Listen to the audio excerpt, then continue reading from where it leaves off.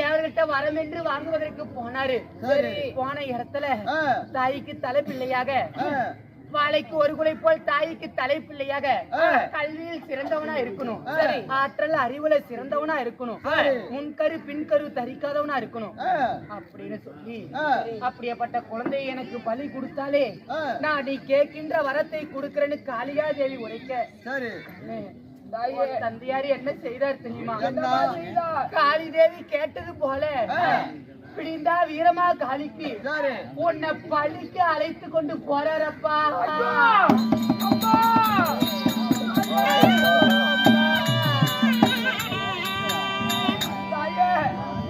நான் பாடசாலையில நான் கட்டை கிளம்பி என்ன படித்ததே தாயே.